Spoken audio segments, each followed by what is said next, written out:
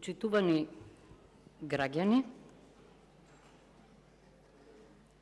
денеска ќе ве информирам или ќе ги презентирам ставовите на пратеничката група, кои се ставови не само на партијата ВМРО-ДПМНЕ, туку и на Социјалистичката партија, туку и на Демократската партија на Србите, но се разбира, јас нема да ја заборавам мојата професионална вокација и ќе ги презентирам моите лични ставови низ призма на националното уставно право, компаративното уставно право, но и европското право. Ќе се обидам да не потонам во академизам. Инаку, мнозина од граѓаните и од интелектуалците ни забележаа дека разговараме со министри од држави членки на ЕУ, заборавајќи дека тие не се слуги на европскиот демос, зашто него го нема, оти министер значи слуга, туку на националните држави, меѓутоа заборавија дека сепак живееме во амбиент на реал политика и дека ние во меѓусебните разговори им окажавме на неодржливоста на мешањето во внатрешните работи како принцип на меѓународното право, вграден и во нашиот устав со амандманот 35, но и во многу други устави. Имено, амандманот 35 вели дека Републиката ќе го почитува суверенитетот, територијалниот интегритет и политичката независност на соседните држави. Ваква одредба, иначе, само Косовскиот устав уште има, морам да кажам слична. Меѓутоа, што забораваат? Дека обратното постојано во овие 30 години и се случува на Македонија. Ова ја го нарекувам уставен садомазохизам. Денеска не можам да не кажам, да ги подсетам, особено колегите пратеници од Социјалдемократскиот сојуз, на еден гуру, Јирген Хабермас, кога зборува за уставен патриотизам. За жал, него го нема, ама денеска, еве, бевме сведоци дека Европа не чекаше нас, односно председателот на Собранието зад мене, кој исто така нема никаков смисол и разбирање за уставен патриотизам, ниту респект кон овој чин. Се однесувавте како Гари Купер, па дојдовте точно на пладни, иако требаше да почнеме во 11 часот. Моето основно прашање денеска е: што би рекол господинот Бадентер, некогашниот председател на Европската комисија, која ги оценуваше уставите, вклучувајќи го и македонскиот, кога препорача веднаш да усвоиме еден амандман на уставот, уште неисушено мастилото, 92 година, во кој ќе напишеме дека немаме територијални претензии кон соседите и да го смениме знамето и дека портите на Европската заедница за нас ќе бидат отворени. И така, како во 101 приказна, истото го слушавме. Јас честопати ги лажам студентите, цитирајќи го чувениот конституционалист Вини, дека уставот треба ретко да се менува со рака што трепери од одговорност, ама рацете ги искршија пратениците различни во овој парламент, менувајќи го уставот, и ако промената на уставот била евроинтегративен фактор, па ние денеска ќе председававме со ЕУ. Ама се уште не е така. Не можам да не кажам дека сите мои колеги конституционалисти, некои дури повикуваат на правна разврска на овој чуден јазол, велат дека наметнатите уставни измени, тоа што се нарекува imposed constitutions, не одат рака под рака со европската демократија. ЕУ, за да биде заедница полити, мора да ги почитува европските вредности и јас во разговорите на нив се повикувам, велејќи дека е лажна тезата за дилемата Запад или Исток. Една е дилемата, дали Македонија ќе биде се што имаме или се што немаме. Дали ќе бидеме пристојна мала држава или ќе бидеме протекторат. Веднаш да кажам дека апсолутно никогаш и никаде преамбулата не била гаранција или место за промоција на етнички идентитети, туку таа е филозофијата на уставот, на нормативниот текст, духот, метафизиката. Господа, духот го нема, зашто кога нешто менувате, не заради граѓаните, не заради демократијата, туку заради тоа што некој што е заштитен тоа го бара, вие станувате Фауст. Нормативниот текст остана без дух, па затоа, колеги, јас ве упатувам на чувениот професор Чендлер, кој ќе рече дека Босна, Македонија, Кипар и слични на нив држави се бездушни држави. Тоа не смее да се толерира. Понатаму, видите, изборен законник не се менува во последните 6 месеци, вели Венецијанската комисија. Ниту устав не се менува во последната година од мандатот, а сега од еден ренесансен министер слушаме дека процесот па и не морал да заврши во ноември, туку можело и до крајот на мандатот, што ќе рече до последниот пратенички здив или крик. Прашањето до вас и до мене и до нас е: од кого ни извира нам легитимитетот за уставни измени? Од Европската Унија или од граѓаните? Што велат граѓаните? Каде го добивте, каде го добивме мандатот за оваа измена? Дали го истакнавте тоа на претходните избори? Ова важи и за власта, и за некогашната опозиција, сегашна власт, ама и за нас. Да ве подсетам. Членот 2, став 2 од Уставот вели дека суверенитетот извира и им припаѓа на граѓаните. Не треба ли да ги прашаме граѓаните дали се за ваква измена? Вие, господа, денеска гости овде од владата, ги прифативте уставните измени и се согласивте да влезете во преговарачката рамка преку протоколот, ама заборавивте дека не сте законодавен орган и дека не можете да превземате обврски наместо собранието.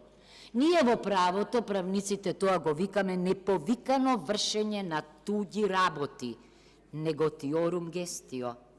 Заборавивте дека членот 120 предвидува одлучување за влез во ЕУ еден можен ден со двотретинско мнозинство, по кој е потребен референдум на кој што треба да гласаат 50% од запишаните.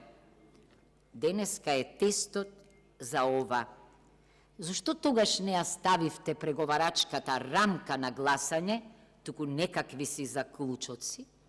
Ги изгласавте со 68 гласа, ама бојрум со тој резултат денеска отворете го процесот. Не можете. Слушам деновиве многу околу тоа што е лажна, што е вистинска вест. Не можам да не кажам како некој кој предава европско право.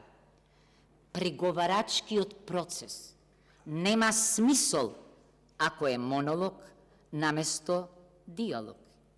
Јас секогаш го цитирам американскиот професор Джозеф Вајлер, кој што и се обраќа на ЕУ и ја подсетува дека по неуспехот со уставниот договор од 2005 година, за кој што замислите не гласаа ни основачите, поинаку треба да се однесува кон преговарачкиот процес, а не евромандарински во стилот молчи и слушај, односно земи или остави, зашто нема да добиеш ниту подобра преговарачка рамка, ниту сменета преговарачка рамка. Ама еве ја мојата вистинска вест.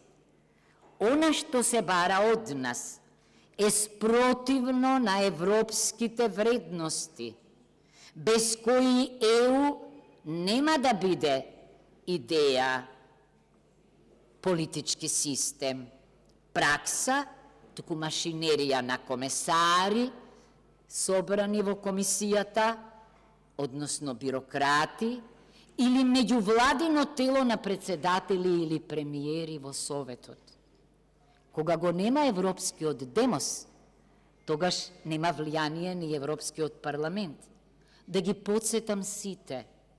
Значи, ние од 2009 година навамо добивме барем 15 да и од парламентот и од комисијата. Во ниту еден годишен извештај нема забелешка за отсуството на бугарите од Уставот. Нема. Бугарија и кога не признаваше, не ни го забележа ова, иако стално вели дека прва не признала. Предпоставувам зошто. Не е преамбулата од таква важност за идентитетите, како нормативниот текст, членот 48 и амандманот 8 се суштинска гаранција за правата на малцинствата. Што ја подсетувам јас Европската Унија и нејзините представници кога разговарам со нив? Уште еднаш да го прочитаат договорот за ЕУ, во кој што во алинејата 6 се потенцира дека ЕУ ќе ги почитува традицијата, историјата, културниот и националниот идентитет на сите држави. Во повелбата за фундаменталните права се гарантираат националниот идентитет, достоинството и дигнитетот не само на секој човек, туку и на секоја нација и држава. ЕУ го прифаќа начелото на немешање во внатрешните работи. ЕУ се повикува и на правото на самоопределување од меѓународното право, од повелбата и од пактот за граѓански и политички права. ЕУ се колне во вечниот Кантов мир. Ама соочени сме денеска за жал со војна. И со чинење и со нечинење сите имаат одговорност за она што се случува во соседството. Не можам да не потенцирам дека често пати дури денеска го слушам зборот изолација. Реков, никој не беше изолиран во 2005 година. Никој, ниту Франција, како ќе се само изолира, ниту Ирска, ниту Португалија, пак чиј уставен суд го прогласи референдумското прашање за капциозно. Затоа не зборувајте за изолација. ЕУ не смее да го заборави Брекзит.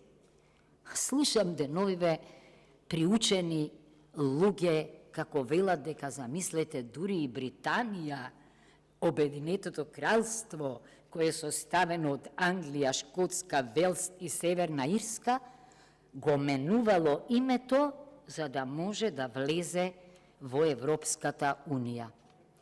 Игнорантија, незнаење. ЕУ мора да знае дека денеска сериозни конституционалисти и професори по меѓународно право, како чувениот Филип Алот од Кембридж, велат дека треба да се замисли дали е австро-унгаризацијата вистинскиот модел. ЕУ мора да знае дека нема да има проширување. Замислете ако него повтори примерот со Словачка и со Чешка. Да, јас ги запрашав. Значи, зар не знаете дека во Словачкиот устав пишува дека постои традиција на Голема Моравија, а Чешка вели Селесија, Бохемија и, значи, Моравија. Има територијални претензии, има комисии, се разбира, нема. Значи, не сме против Европската Унија, не сме против Бугарија, меѓутоа членот 8 од Лисабонскиот договор повикува на реципроцитет во меѓународните договори. Нека го следи Бугарија, барем францускиот пример, оти постои измислена теза дека имало ваков или онаков модел на устав. Не. Бугарија е потписник и ја ратификуваше рамковната конвенција за заштита на правата на малцинствата. Бугарија има совет за малцинства, таму ги нема македонците, значи мора да ги има. И најважното, еден министер вели дека никој немал забелешки на предлогот за измени. Не, јас имам забелешка на сите 3 амандмани. Лаички е пристапот. Дури и насловот е погрешен.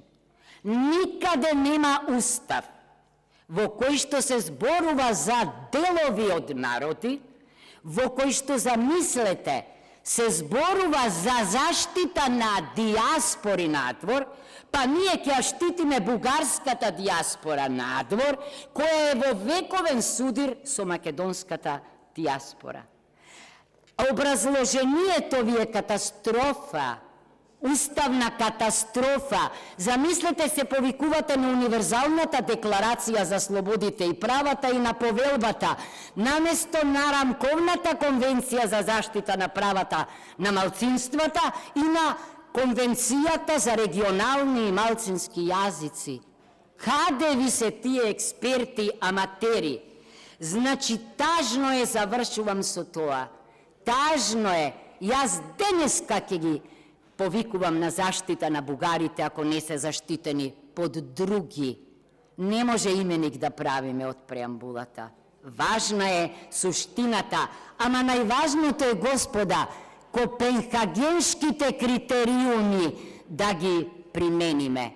Затоа ние ги браниме копенхагенските критериуми, оти не сме патот за Брисел да води преку Софија. Не, овој пат. Значи, јас, граѓани, ве уверувам дека ние сме ваши представници, дека ќе гласаме по сопствено уверување, дека камбаните овој пат бијат за Македонија и дека крајно време е да покажеме дека сме пристојна европска држава која сака да на патот кон ЕУ да оди исто како сите сегашни членки на ЕУ, но и кандидатите за нас. Не смее да има посебни критериуми и преседани за нас, оти тоа ќе се одрази и на следните кандидати. Затоа мислам дека овој предлог не треба да се подржи, туку треба да се прашаат граѓаните на избори, бидејќи оваа власт е целосно делегитимирана.